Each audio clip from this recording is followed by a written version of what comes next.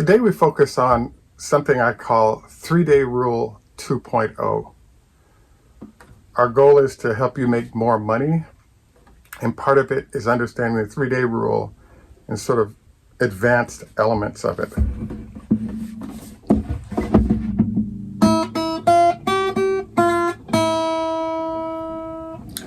This is Greg for Teslafaninsight. Thanks once again for joining us. If this is your first time, welcome. If you're a repeat visitor, welcome back. We also want to thank our Patreon supporters. If you enjoy the show and would like more content of similar nature, please join us on Patreon. I think some of our trading ideas will enhance your ability to make money, and we look forward to you joining us in that fashion. We also want to thank those of you who choose to like and subscribe, and we look forward to interacting with you after the show, etc. I also wanted to quickly note that today our health tips are enhanced by Devonte Adams' suggestion based on some things we've talked about, and look forward to you sticking around for health tips after our main show today. So without further ado, I'd like to get into the whole conversation that we kind of developed with a concept I developed called the 3-day rule. As you know, what happens, and we kind of covered it last week in our last show, is that there are a whole range of constituencies that get information and they try to digest that information in the best interest of their investment style or process. So I've noticed, and I'm sure you have as well, that there's a long-standing process that's developed where Tesla's earnings will come out finally, and all of a sudden the hedge funds will say, hey, those numbers are nice, but we kind of don't like them. And that shows up because the stock price, as you saw afterwards, dropped almost $800 a share. It was down rather dramatically after the announcements. It was quite clear that it was a good number. It wasn't a gee whiz number. And then Elon introducing the conversation of supply chain challenges slowing down what was going on in terms of the growth of the company was also an influencer on that stock price. So, or the perception of the stock price, and therefore the influencer on the rapidly moving hedge funds. I actually met one day, I was sort of been in and out of the investment community in different firms, including Fidelity Investments, or excuse me, not Fidelity, Franklin Templeton Investments. And I ran into a gentleman that was a money manager maybe 5-6 years ago. And he looked at me, he said, I really hate how the markets move so quickly after an announcement that the rapid or hedge fund guys have a chance to get in and influence the stock price, either good or bad, and that we're always slow to the deal, and therefore we'll often miss some of the sort of hot returns that might come from instant movement of stock price based on an announcement that's occurred. So I looked at him and I was thinking, well, that definitely makes sense, but this is part of the reason why I came up with the 3-day rule, is that the amount of money that can move within milliseconds or minutes is significant. Call it billions of dollars, call it 10 or 15 billion dollars maybe. But what then happens is that the big dogs come to eat. And that means that, there are funds out there, like I just read something about, there's a fund called CalPERS, California Public Employee Retirement Fund. They're one of the largest pension funds in the world. They manage, I just checked it yesterday, and as of middle of last year, they're at $496 billion under management. So I actually had a friend that worked there for a while and sort of had a chance to visit and learn more about how they operate. What's interesting is that fund was said in November of this year to have increased their holdings of Tesla. So when I saw this, I was really fascinated because CalPERS is an interesting company, and much like other big hedge funds, what they actually do is they have a group of managers they hire, and each of the types of managers they hire have a different emphasis typically. If it's a huge sector, they may hire several managers in that field. But I was just fascinated because, yeah, CalPERS owns Tesla, but the problem is there's all these types of funds like big cap growth, S&P 100, S&P 500, NASDAQ 100. All these different funds are different types of funds that actually hold shares, and those shares would include Tesla because of how big it is, particularly in all these indices and all of these searches, if you will. And so I was kind of surprised because because of how shares are held, there's the opposite phenomenon, which is there's actually no fund on planet Earth currently that's a significant retire fund that doesn't own Tesla because of how ownership has to work into the indices. So I actually read that and I was like, wow, that's interesting. How could they actually go in and call up CalPERS and ask them, excuse me, do you hold any Tesla?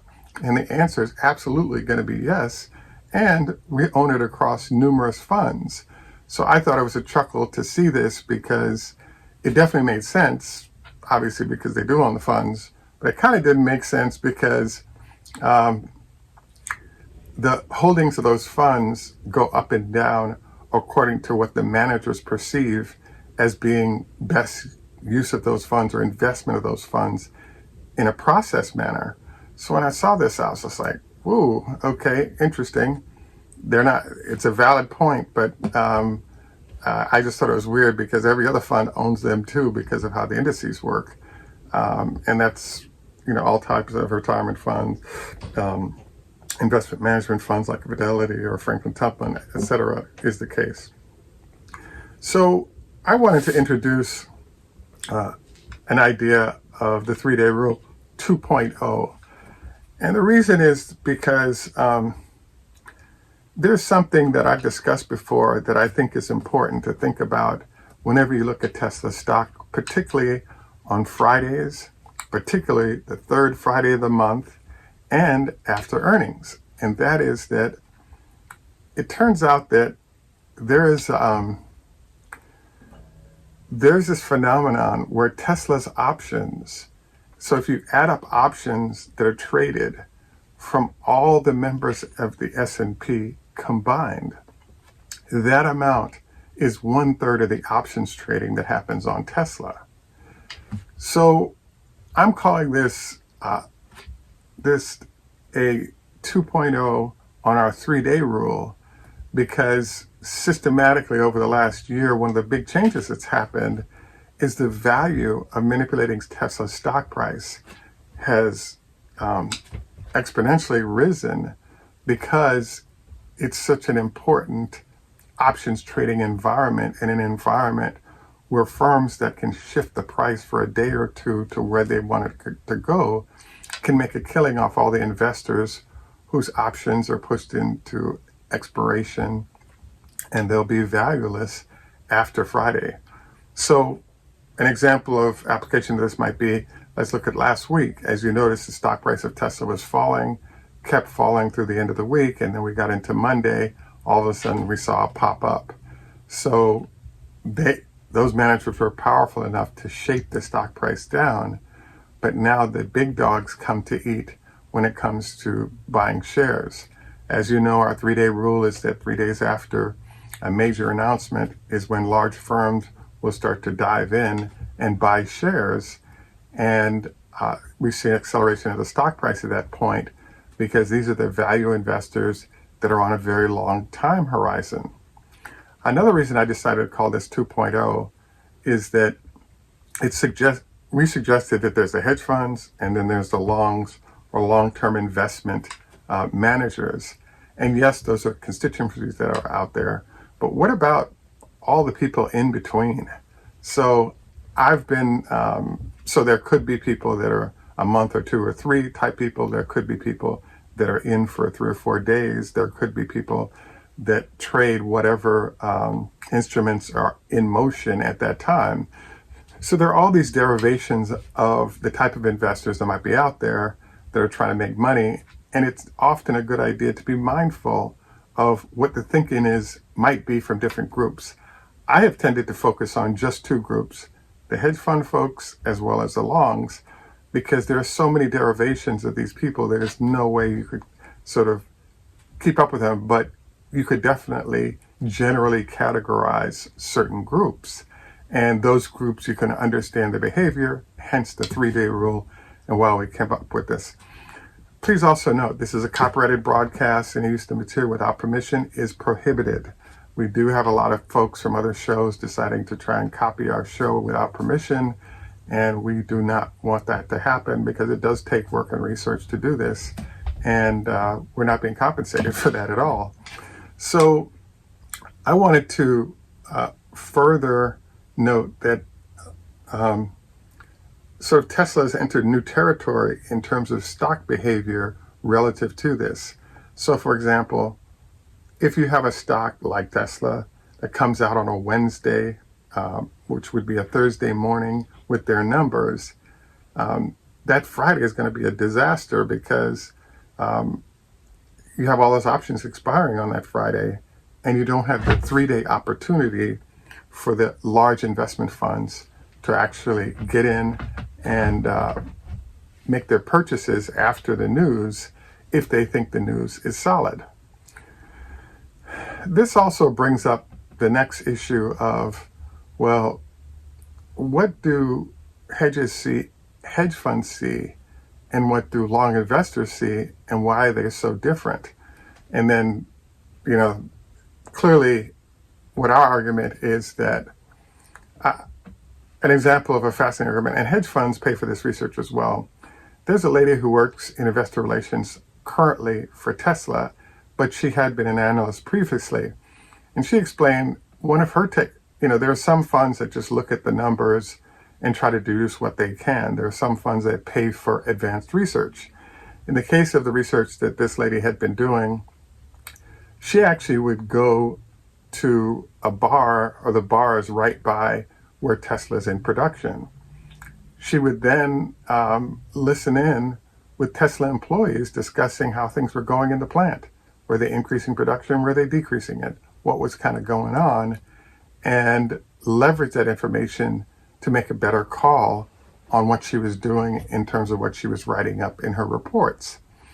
So what ends up happening, and this is one of the reasons why the better funds, like a Fidelity and all the others, will actually subscribe to multiple newsletters, just like you're watching a whole bunch of YouTube channels to identify what's going on. They read a bunch of reports that they pay for, and they can amortize the cost of that over a large number of funds. So I kind of bring this up today because I fully expect that the process of investing in Tesla will evolve, and being mindful of the environment and what's happening is key. Now, after listening and going through Elon's comments numerous times, I can really see why the longs are comfortable with Tesla.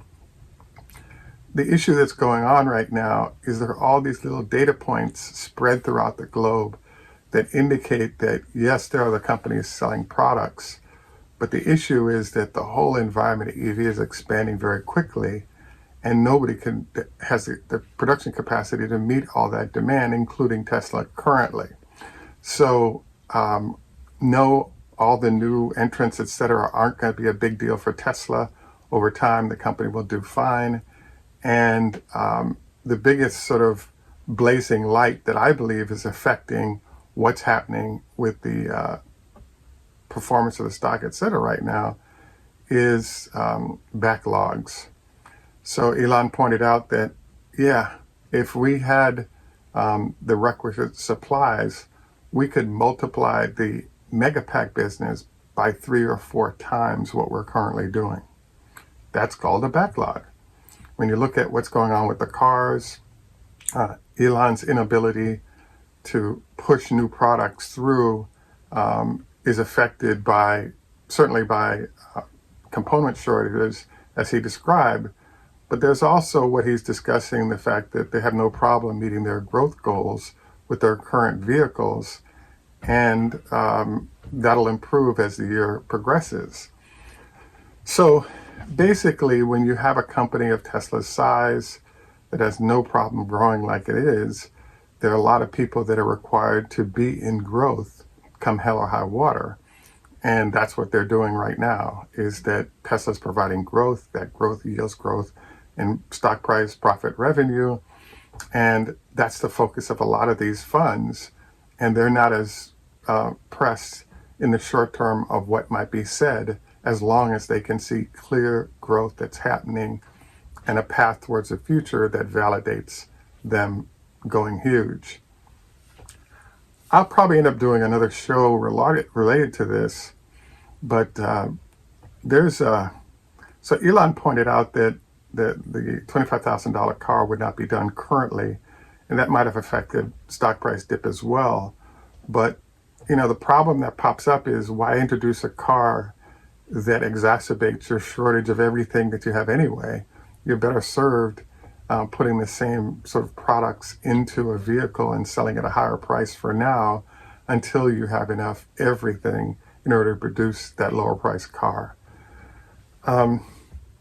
There's an excitement moment, I think, coming sometime over the next 30 to 45 days that I think you guys might want to be mindful of and keep an eye out for, because I think it's going to dramatically impact positively the stock price of Tesla. And that is, we've discussed the fact that the new Model 3 coming out of Austin is rolling out at a 2,400 pound number versus the 4,500 pounds they currently are. And so I'm fascinated because, they're able to produce or use less battery product, but get more power from it. So I think those battery packs are going to be a lot smaller, maybe by 30% than the current packs, but yield more energy. And this combination to me is fascinating, because if you don't lower the price of the car as a reflection of this, what you can actually do is maintain the same price of the car, but have a higher profit margin. And so some people are going to get hold of this vehicle in the next 30 to 45 days and tear it down. And then they're going to start running some numbers on it. And I think that's going to cause a stir in terms of what happens there with this battery being finished. It might be a totally separate show, but I did watch the battery day with everybody else. There's a whole bunch of numbers thrown out, but what does it really mean when the wheels meet the road? Well, if you can produce the same power at half the amount of sort of battery product or more power, that's actually huge. And therefore, it has these sort of secret sauce elements, I think, that are sitting just below the surface. And I think those are parts of the influencer for how the longs operate in identifying companies they want to invest in. So my general take on things then is, we are in the 3-day rule currently. We entered yesterday nicely. Stock price is up today. What I am forecasting happens is that there's a concept called dollar cost averaging. So when people are buying stock, particularly large funds, they don't buy all those stocks on day one that they have an opportunity to do so. What they're actually going to do is spread that purchase activity over time and do something called dollar cost averaging, which means that instead of a stock price just immediately bouncing up to a very high level and going sideways, what you'll notice is it'll tend to rise on a nice curve. And I really feel like that's what's going to occur. Has it happened yet? No, but it does give you an opportunity to ride the wave of quality information provided. Now, the last thing I wanted to mention today is I really feel bad for our viewers and our friends who are waiting for their Cybertrucks. After reviewing Elon's comments, I was kind of stunned when he said not only are Semi, Cybertruck, and Roadster not coming until 23, but he added this little 2 words that said, if then. And then this morning as I was reading this, one individual pointed out, well, if they're doing 250,000 Cybertrucks a year is their goal, at my point in line, I don't get my car until 2027. Another thing to think about. So I feel bad for you guys, but Model Y, etc., might be a better move because there's a lot of stuff that's holding up the Cybertruck happening.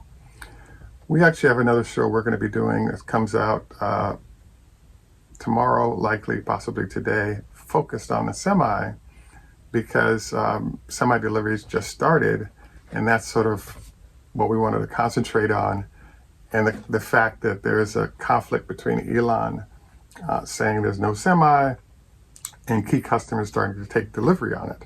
So I think that's kind of a fascinating new development. Just a reminder, we do have some SpaceX shares if there's interest. I also wanted to note that this is a copyrighted broadcast. Please take time to like and subscribe and join us on Patreon for more information on a daily basis to help in your management of your investment and trading process. So we have an unusual sort of health tip today. What happened is that there's one of the 200 doctors we interviewed talked about his eating process, which is to maintain a 12-hour eating band. So when he first starts to eat in the day, he would mark the time, and then his argument is wait for 12 hours later and mark what that time is, and then do not eat on the other 12 hours. This actually puts you in a fasting process on a daily basis that's positive, has a bunch of positive health results that you might want to take a look at, including trying this out. So this week I've started trying out a new idea that was presented by Devonte Adams from the Green Bay Packers. What he pointed out was that he was a little heavier than he liked when he got back to football or into football. And so he started an interesting fasting process, which is what he would do is not eat, after 4 or 5 in the afternoon on one day. And then in the morning, he'd work out really hard and then maybe delay a little bit and eat. What was happening is his goal was to have the fat stores eaten up overnight, particularly during his workout. His body would be in sort of desperate need of nutrition, and it's getting into reducing weight. And then he could eat a little bit later on, and now he's fueling himself for the day. But in essence, it's an ongoing fasting process that includes weightlifting or other exercises. So I thought it was creative, interesting. I've been trying it out. I have to agree, prior to that workout, you're feeling like I really need energy. I'm trying to drop 10 pounds, and I feel like I'm seeing results from trying this out, and therefore wanted to share it with you as something to consider. So you might want to look him up, Devonte Adams. He explains what he's doing, and it's exactly what I just described. At any rate, we want to thank you for joining us today. This is Greg for Teslafaninsight. Tschüss, German, au revoir, French, Lehithro, Hebrew, Choda Hafez, Farsi, Trazite, Russian, Nihama, Chinese, Konbanwa, Japanese. There's a final question I want to put out to you guys that I'm still fascinated by with our 2.0 version of the 3-day rule, is the number of people who are selling stock or are shorting it at one point, and then the 3-day rule hits, and the same people who were bailing out on the stock suddenly begin buying in line with the other large investors who are doing so. So it's kind of interesting to watch this complete change of perspective from the company and stock suck, we're selling your stock, it's dropping, to, hey, we agree with you that it's a good buy and we're going to dive into it with both feet. And I just think that that's a 2.0, or think beyond the obvious process rather than sort of go with the crowd and miss opportunities like this that was presented. At any rate, have a great day. Bye for now. In Jamaica we say, enough respect, walk good man. Ooh.